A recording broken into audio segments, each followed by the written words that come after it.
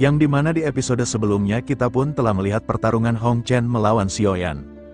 Yang ternyata Hong Chen yang menggunakan palu Thor, sekalipun ia tidak mampu menghadapi Xiaoyan, dia pun berhasil dikalahkan oleh Xiaoyan, alkemis terkuat di Jawa. Setelah Xiaoyan mengalahkan Hong Chen, tiba-tiba ada sosok pasukan yang langsung terbang di atas langit dipimpin oleh salah satu ketua. Tentu saja dia pun sangat marah setelah melihat kondisi Hong Chen yang sangat begitu parah. Han Yue dan yang lainnya pun mengetahui ada seseorang yang muncul, dia pun sangat terkejut. Dia tahu itu adalah salah satu ketua Pavilion Lightning bagian utara Cheng Yun. Han Yue mengatakan sepertinya anggota Pavilion Wind Lightning sedang menuju kemari, pasti ini akan menjadi bahaya besar bagi Xiaoyan. Di sisi lain, ketua Cheng Yun pun dia langsung menghampiri Hong Chen dan menanyakan sebenarnya apa yang telah terjadi di sini. Hong Chen pun menjelaskan semuanya. Dia pun mengatakan, ketua Cheng Yun, kau datang di saat yang sangat tepat. Selamatkan aku dari seseorang yang mencoba membunuhku. Mendengar hal ini semua orang pun sangat terkejut, terutama Cheng Yun. Dia pun tentu saja tidak akan membiarkan salah satu muridnya dihabisi oleh seseorang. Ketua Cheng Yun sekarang melihat keadaan yang buruk Hong Chen. Dia pun mengatakan ini sangat buruk, sepertinya aku sudah terlambat. Dia pun mengatakan, pembuluh darah di dalam tubuhmu sudah benar-benar hancur oleh serangan itu, bahkan jika kau bertahan kemungkinan kau masih akan tetap cacat. Sayang sekali usaha dari ketua pavilion telah melatihmu. Mendengar hal ini Hong Chen pun dia tidak percaya apa yang dikatakan oleh ketua Cheng Yun, dia akan cacat dalam hidupnya akibat serangan Xiaoyan. Karena dia selama ini telah berlatih sangat keras di pavilion petir, namun dia menerima kenyataan bahwa sekarang dirinya akan cacat. Cerita berpindah kepada ketua Cheng Yun, dia pun langsung menatap bocah yang telah melukai Hong Chen sebelumnya. Dia pun mengatakan, bocah, berani sekali kau menyakiti anggota dari Wind Lightning Pavilion. Kau pasti akan menyesal setelah apa yang kau lakukan. Sebelum aku memberi kamu pelajaran, beritahu aku di mana kau belajar teknik 3000 kilat. Wind Lightning Pavilion tidak mungkin memiliki murid seperti kamu. Ternyata di sini ketua Cheng Yun pun dia mengetahui bahwa Xiaoyan menguasai salah satu teknik dari Wind Lightning Pavilion. Xiaoyan dia dengan tersenyum mengatakan, jadi kalian sudah tahu aku memiliki teknik tersebut. Xiaoyan pun mengatakan, aku memperoleh skill ini dengan kebetulan. Aku akan menanyakan kepadamu, jika kamu mendapatkan skill tingkat atas, apakah kamu akan mengabaikannya, atau kamu akan melatihnya sendiri? Apakah salah setelah aku mendapatkan skill tingkat atas ini? Dan aku melatihnya sendiri. Tidak mungkin aku membiarkan begitu saja, itu sangat disayangkan. Cheng Yun pun dia sangat terkejut, ternyata Xiaoyan tidak memiliki izin untuk melatih teknik tersebut. Dia pun mengatakan bahwa sebelumnya ada seseorang yang telah mencuri teknik tersebut dari Wind Lightning Pavilion, sepertinya itu adalah kamu. Di sini Xiaoyan pun dituduh pencuri oleh Cheng Yun. Dia mengatakan berlatih skill itu tanpa izin dari Wind Lightning Pavilion, maka hukumannya adalah hukuman mati. Cheng Yun pun dia sangat murka dengan Xiaoyan. Dia pun menjelaskan 10 tahun lalu benar ada seorang pencuri masuk ke dalam pavilion koleksi Wind Lightning Pavilion dan mencuri banyak metode Ki dan Doki skill, diantaranya adalah gerakan 3000 kilat. Meskipun kau berkata memperolehnya dengan kebetulan, kau pasti punya hubungan dengan pencuri itu. Han Yue yang melihat hal ini pun tentu saja dia mengetahui Xiaoyan tidak akan mungkin mencuri. Dia pun mengatakan ketua Cheng Yun ini pasti ada sebuah kesalahpahaman. Mendengar perkataan Han Yue, Cheng Yun dia sangat marah dan dia mengatakan, apa kamu bilang kesalahpahaman, kau berniat untuk membantunya. Jangan bilang klan Han juga memiliki hubungan dengan pencuri itu. Yang mendengar Han Yue yang mendengar ini dia hanya terdiam. Namun di sini Xiaoyan pun masih cukup santai menghadapi orang tua itu. Xiaoyan pun mengatakan kepada Han Yue agar jangan membuang-buang waktu menjelaskan apapun kepada orang tua ini. Walaupun menjelaskan dengan sejujur apapun, pasti orang tua ini tidak akan percaya. Anggota dari pavilion generasi muda adalah seorang penindas dan yang tua tidak tahu malu. Di sini Xiaoyan pun mencoba menjelekkan Cheng Yun dengan kata-katanya. Mendengar ejekan dari Xiaoyan, Cheng Yun pun dia sangat murka. Berani sekali kau, apa yang telah kau pikirkan tentang Wind Lightning Pavilion? Pavilion, apakah kamu pikir Wind Lightning Pavilion adalah organisasi yang sangat kecil yang mampu kau hina? Tentu saja Cheng Yun tidak menerima hinaan yang telah dilontarkan oleh Xiaoyan. Di sisi lain Han Yue pun mengatakan, apa yang dibanggakan dari Wind Lightning Pavilion, kalian hanya tahu cara menyombongkan diri kepada klan lain.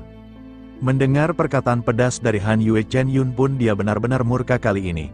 Yang akhirnya dia pun langsung melancarkan serangan kepada Han Yue, namun untung saja dengan kecepatan kilat Xiaoyan pun berhasil menahannya dengan sangat epik.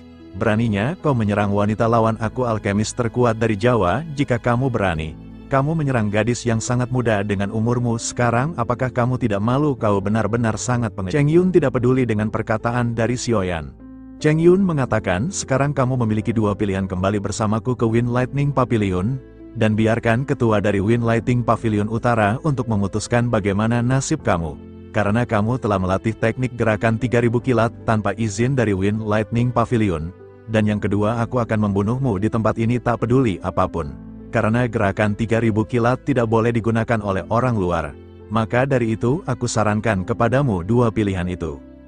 Cheng Yun mengatakan, hai bocah, sepertinya kamu masih memiliki loyalitas, maka ikut bersamaku ke Wind Lightning Pavilion ataukah aku harus membunuhmu di tempat ini juga? Mendengar perkataan itu, Xiaoyan pun tentu saja tidak peduli. Xiaoyan mengatakan, aku tidak tertarik kepada Wind Lightning Pavilion. Terlebih kau tidak memenuhi syarat untuk melawanku ataupun menghancurkanku, kau hanyalah kakek-kakek tua sekelas bocah epik.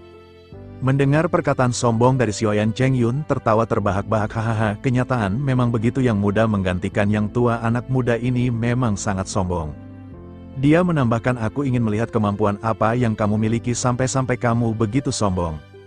Yang akhirnya Cheng Yun pun dia mengeluarkan dokinya dan segera melesat ke arah Xiaoyan untuk menghajar Xiaoyan. Akhirnya baku hantam di antara Xiaoyan dan Cheng Yun pun tidak terhindarkan. Mereka saling membalas satu sama lain.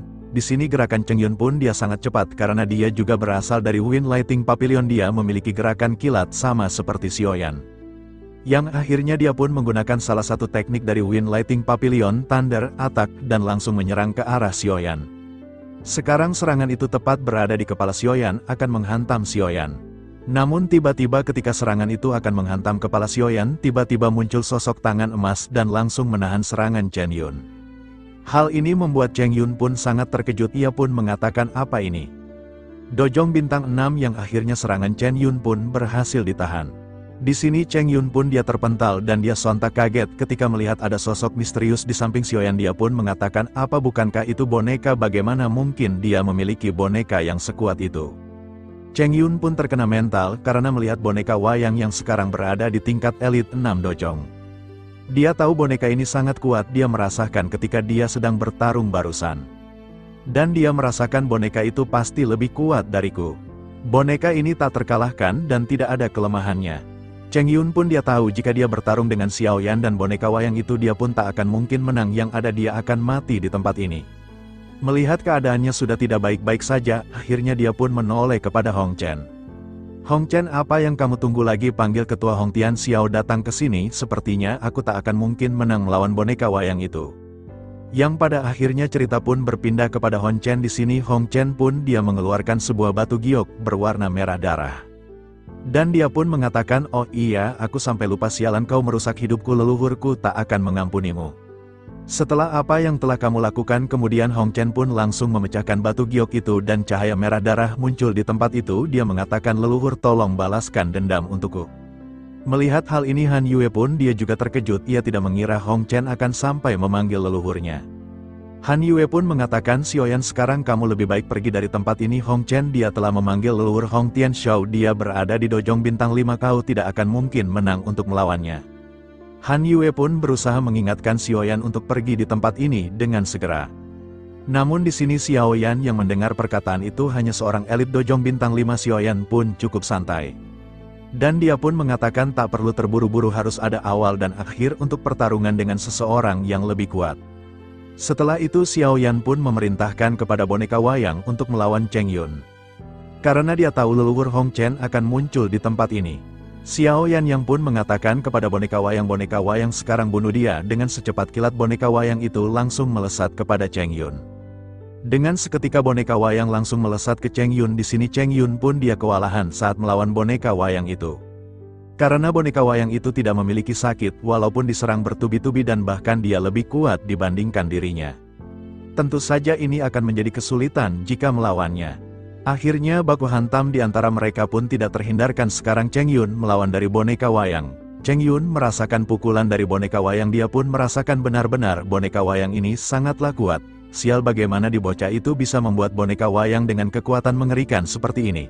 Namun tidak lama setelah itu kilat merah pun muncul dari atas langit yang sepertinya leluhur dari Hong Chen telah muncul setelah sebelumnya meminta bantuan. Petir pun menyambar ke segala arah. dan suara pun bergema, berani sekali kau telah menindas cucuku, apakah kamu mencari kematian? Han Yue yang melihat ini dia pun sangat khawatir kepada Xiao Yan ini, sangat gawat, leluhur Hong Tian Xiao telah muncul, Xiao Yan cepat pergi dari sini. Di sisi lain Hong Chen pun mengatakan, orang itu yang telah menghancurkan seluruh pembuluh darahku, leluhur tolong balaskan apa yang telah dia lakukan kepadaku. Setelah suara itu bergema, petir pun langsung menyambar kepada pedang Xiao Yan yang akhirnya tidak lama setelah itu muncul sosok misterius yang dikelilingi oleh petir. Dia adalah leluhur dari klan Hong Tian Xiao, dia berada di bintang 5 Dojong. Dia pun mengatakan dengan marah, bocah, kau cukup memiliki kemampuan tapi sayang kau harus mati di tempat ini hari ini juga. Setelah apa yang telah kamu lakukan, cerita pun berpindah kepada Han Yue, dia mengatakan kepada Xiao Yan agar pergi dari tempat ini. Xiao Yan pun tahu dia mungkin akan kesulitan jika melawan Hong Tian Xiao karena boneka wayang sedang melawan Cheng Yun. Namun mungkin dia bisa menang jika menggunakan Angry Buddha Lotus, namun itu memerlukan energi yang sangat banyak. Xiao Yan pun akhirnya dia memutuskan akan mundur terlebih dahulu, jika dia melawan sekarang mungkin dia akan kesulitan. Dia pun memikirkan mungkin jika ada dokter peri kecil ataupun Tian Huo yang tidak tertidur maka dia akan mudah mengalahkannya. Xiao Yan pun mencoba memikirkan bagaimana cara untuk melarikan diri karena dia telah terkunci oleh leluhur Hong Tian Xiao ini. Yang pada akhirnya Xiao Yan pun memiliki ide, dia pun berniat untuk menawan Hong Chen. Dengan seketika dia pun berada di belakang Hong Chen, kemudian Xiao Yan mengatakan, kau begitu kasar kepadaku, apakah kamu tidak khawatir aku akan menyakiti cucu tersayangmu? Hong Tian Xiao yang melihat ini tentu saja dia pun murka, dia pun mengatakan, apa yang kau lakukan kepada Hong Chen? Tiba-tiba Xiao Yan pun dia mengeluarkan api surgawi dan langsung menghantam Hong Chen. Akibat hal ini Hong Chen pun dia merasakan kesakitan yang sangat luar biasa. Melihat apa yang terjadi kepada cucunya di depan matanya, tentu saja Hong Tian Xiao pun dia sangat murka, sialan, apakah kamu mencari kematian? Aura membara di tubuhnya pun keluar, kilat semakin kuat berada di tubuhnya dan langsung menghantam. Namun di sini Xiao Yan pun berhasil menghindari serangan dari Hong Tian Xiao. Xiao Yan pun mengatakan, jangan khawatir, dia belum mati sekarang, namun aku telah meninggalkan sedikit energi inti api yang tersembunyi di dalam tubuhnya. Aku katakan kepadamu, jika kamu tidak mengobati Hong Chen dengan segera, aku pastikan dia akan meledak dan kemudian dia akan mati.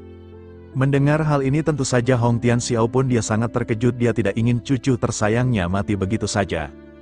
Di tangan bocah ini, yang akhirnya Xiao Yan pun sekarang memiliki kesempatan untuk kabur dengan Hong Chen yang disandera olehnya. Yang setelah itu Xiao Yan pun dia langsung melemparkan Hong Chen dengan jauh, agar Hong Tian Xiao dia menyelamatkan Hong Chen.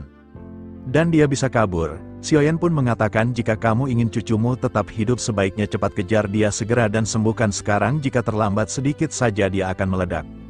Mendengar hal ini tentu saja Hong Tian Xiao pun tidak mampu melakukan apapun kepada Xiao yang sekarang karena dia mementingkan cucunya terlebih dahulu. Dia pun mengatakan, sialan kau bocah, tunggu saja. Xiao berjanji, aku akan membuat kamu merasakan bagaimana rasanya tak bisa hidup ataupun mati. Akhirnya Hong Tian Xiao pergi untuk mengejar Hong Chen yang sedang terluka.